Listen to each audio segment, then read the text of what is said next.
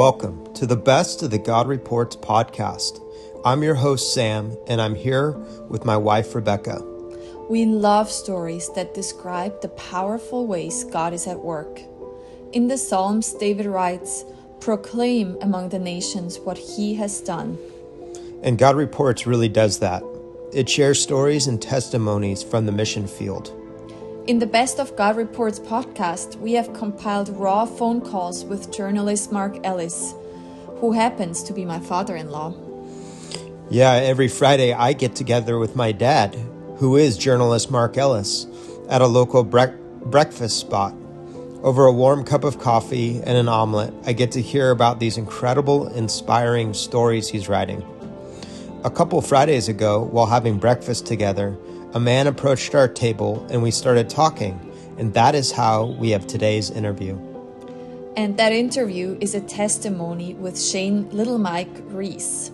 He is a president of a motorcycle club. Shane grew up in Orange County, California, with mixed messages from two sides of his family. His mother's side of the family were solid, but his father's side had a criminal past. Shane tells Godreports, "My dad's side was pretty much all crime, biker lifestyle, drug deals, and questionable women. But only one decision changed the course of my entire life." Enjoy this raw telephone interview with journalist Mark Ellis from 2022. So, I was raised in Orange County, solid family, on my mom's side. My dad's side was pretty much all crime and biker lifestyle, drug deals, questionable women, the whole thing. And so, going to school, I was kind of a super jock. I ended up with, full ride scholarships and all this stuff for shot put, discus, powerlifting, and all that. And I was going to nationals in Arizona, and I was a shoo-in to win, no big deal. And my athletic director gave me the wrong time to show up for the meet. Oh no! So I was unable to throw or compete or do anything. So I get home from Arizona, and there's multiple messages on the answering machine that said, "Sorry, Mr. Reese. Sorry, Mr. Reese. Sorry, Mr. Reese," due to the fact that my scholarships were athletic, and I failed to place in a national meet. So I got dropped all my scholarships. Oh no! Yeah. So shortly after that, it was kind of give up mode, and went to a high school party, probably the last party of the year, and there was some cocaine there, and what the heck? I had nothing else to lose, so that's where it started. What grade were you? A junior, senior? Where? That was senior year of high school. Junior year. Senior year. Oh, senior year. Right. Okay. So that kind of kicked off my career as a habitual drug user, because I got to escape from the emotion of how many years and time and effort I had put into this craft, athletic craft, and it gave me the opportunity to escape it and to numb out and to not have to worry about that or really anything else. So, fast forward to about 19, I had my first arrest. I was in a Tower Records when they first, when they were still around. Sure. And I had stolen something. I don't remember what, and I got caught. And they called the cops on me. I got arrested. I had drugs in my possession, so I went to jail for the first time at age 19.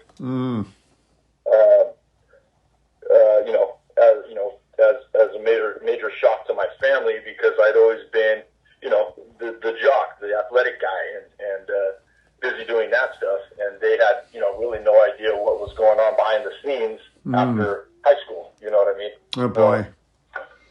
So that started it, and basically from the age of 19 to about 36, I pretty much stayed addicted and locked up, and I spent probably 15 of 25 years, basically in a cell, in a penitentiary or in a county jail. Oh, my. For sales, multiple possessions, parole violations, weapons charges, I had an explosives charge, kind of just things that go along with the drug life and the people related to it, So, let's see. So, the things that I was doing was robbing, stealing, hurting. I called myself, I was a workman for the devil, you know what I mean? Because I was definitely putting in work and it wasn't for God. And, I was an IV user. So when you get to that level, it's, there's nothing's off limits, you know what I mean? As far as what your conscience will let you do and, what you're able to numb out from doing it, because it's a whole other level of getting numb. So Now, were you able to get drugs in prison? Oh, yeah. Yeah, I stayed high in jail, too. Yep. So, I was doing things, the thing that stands out the most to me, I destroyed families, not only my own, but other people's. I had, the thing that stands out the most to me is I had a friend who was a pregnant girl, and I had injected her with drugs, and that's the thing that eats me up the most today. Still, I know I'm forgiven, but it's hard for me to forgive myself on that one. But that's probably the craziest, thing I've done that I've had to live with. What happened to the girl and the baby? So she was just like me, she was just an IV drug user. Everything came second to the drug and to the high and to the lifestyle. So I believe, I don't know exactly what happened to the baby or where it's at, but, she, last I heard, is still out there doing what she does. And, the devil is strong. And he lives in the people that are out there on the streets and doing drugs because it's an easy place for him to land, Yeah. That's a sad one. Right. I know that, who am I to not forgive myself if God has forgiven me, but it's still the flesh it's hard to get over. Yes, I can imagine. So, at 36, I one more time landed before the judge, and he said either go do another 9 years or go do a 90-day program, right? So that's, an easy choice. Went to the 90-day program basically just to get parole and my family off my back and to appease them for a little while, with no real goal in mind of getting sober or getting clean or anything like that. It was just to, just to get everybody off my back and maybe have the family allow me to come to the house once in a while again, So, I was there at Cooper Fellowship in Santa Ana, and, there was this meeting, and I'm working the 12 steps, and I have a sponsor and all these things, but kind of, halfway doing it, half-heartedly. And so there's this guy at the speaker meeting of Alcoholics Anonymous, and, there's probably 200 people at this meeting, and he's up there, and he said something, and I knew he wasn't talking directly to me, but in my heart, he was talking directly to me. He goes, "Hey, stupid, you want to do what the happy people, you want to be happy, go do what the happy people do." And for somebody of the caliber of mindset that I was in, coming straight out of the cell and off of drugs, I'm like, there's no way that is something that's real. There's no way. First of all, I don't know any happy people, So Sundays at this program, we were able to leave for a couple hours to go see family or to go to church. And I had ran into a girlfriend of mine who said that this guy had beat her up and broke her finger, and he goes to this church every now and again on Sundays. So I went to this church, not necessarily to find God, but to find this guy. and to teach him, to give him what for. You know what I mean? Huh. And not thinking that God is present at this place. There's Christian people at this place. There's people that wouldn't let this happen at this place, but still pretty foggy. I was going to go there and hurt this guy. So lo and behold, he didn't show up. The pastor there talked a message that landed home, hit me in the heart, and from that day in 2015, I have been serving the Lord and saved and you know what I mean? It just living this amazing Christian life. So, do you remember what it was in the message? Oh man, I really don't. I wish I did. I beat my, I've racked my brain trying to figure this one out myself, and I just don't remember what it was. But clearly he must have presented the gospel. Absolutely. And the thing is, I mentioned my dad being a biker, and, all I wanted to do was be like my dad my whole life, and I got my wish. But one of the guys that he hung out with was this guy named Freeway Pete, who was the National Sergeant at Arms for the Vagos 1% Outlaw Motorcycle Club. And, which means he's a real heavy hitter. If there's any issues within the club, he's the one that goes and handles it, you know what I mean, however he needs to handle it nationally, which is a very big deal. So I go to this church, and lo and behold, there's Freeway Pete 30 years later as a pastor of this church. No way. Yeah, so he's the guy that sent the message that landed home because he looked like me, he talked like me, covered in tattoos, a biker, and got his life right, where I was kind of in the phase of maybe trying to do that myself. Incredible. Absolutely. I mean, there's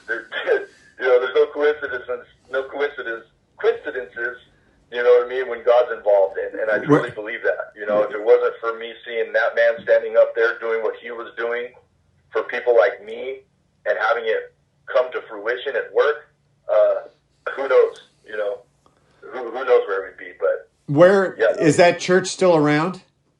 Yeah, it's called First Love. Okay. It's in Costa Mesa. First Love, and he's still the pastor? He is the lead pastor, yeah. Okay. Yeah. But he'd be an interesting guy to talk to get his testimony, probably. He would. Absolutely he would. So, yeah. I'll get a hold of him and see if it's okay for me to pass along his number, and I'm sure it will be. Okay. Yeah, I would love to talk to him. Yeah, absolutely. So how did your life change after that? Oh, so complete 180. You know what I mean? It was a little slow. Like in program, of Alcoholics Anonymous, it says sometimes quickly, sometimes slowly. But if you continue to work at it, it will materialize. And that's kind of what happened in my life. I got a lot of things very quickly due to sobriety and serving and trusting in God. I got a lot of things. I met my wife at this rehab that I went to when we started going to this, First Love Church together. And we both got saved together. We both got baptized together. And we're still happily married today, 7 years later. And, the peace, all the shiny things came along with it. The cars, the motorcycles, the house, things like that. And, but the most measurable thing for me is the peace, the serenity, the true joy of this life, including paying taxes. This is something I never thought I would do in my life. But as I got sober, I'm like, you know what? I want to be one of those grumpy old men sitting at a table at a restaurant bitching about how they have to pay their taxes and this and this and this. And that's what I wanted for my life, because I had just lived the thug, drug dealing, drug using life, And so I got all the gifts of pretty much a normal human has. And which is kind of the reason why, I feel like people like me who have truly been to the pits, to the depths of low bottom, far as you can get type of life, that when these little miracles happen, we truly have the ability to appreciate them, whereas if somebody has had things, their whole life and stuff like this, and things just continually happen for them, it's just kind of every day. For people like me and my wife and my friends, every little miracle is an absolute major miracle for us. You know what I mean? I love it. Yeah. Now, were you, when I met you at Harbor House, who were you with? Was that your wife? That was my wife. Oh, okay. All right. And where are you going to church now? So now we're at a place called Beach Cities Church in Huntington Beach, where we live. Okay. And the card that I gave you, as I'm going through life, I'm running into people and this and that. And I went into this tattoo shop, and I was going to get a tattoo, and I saw this guy had this vest, that, in the club world we call it a cut. But he had his cut sitting across his chair, and it had a big symbol of Jesus Christ on the back of it. Mm. And, I was a young Christian. I was on fire, just in love with the Lord, and I saw that thing, and I go, man, how do I get one of those? And he goes, you got a Harley? I said, yes, I do. He goes, you trust and believe in Jesus Christ? I said, yes, I do. He goes, well, let me talk to the president and see what we can do. So 7 years later, I'm now the president of that motorcycle club. Hey! Yeah, and, worked my way up from road captain to sergeant at arms to vice president, now president. And,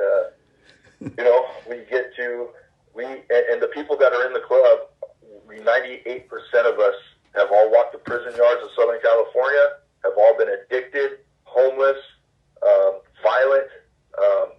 We even have a bomb maker. You know what I mean? Oh, man.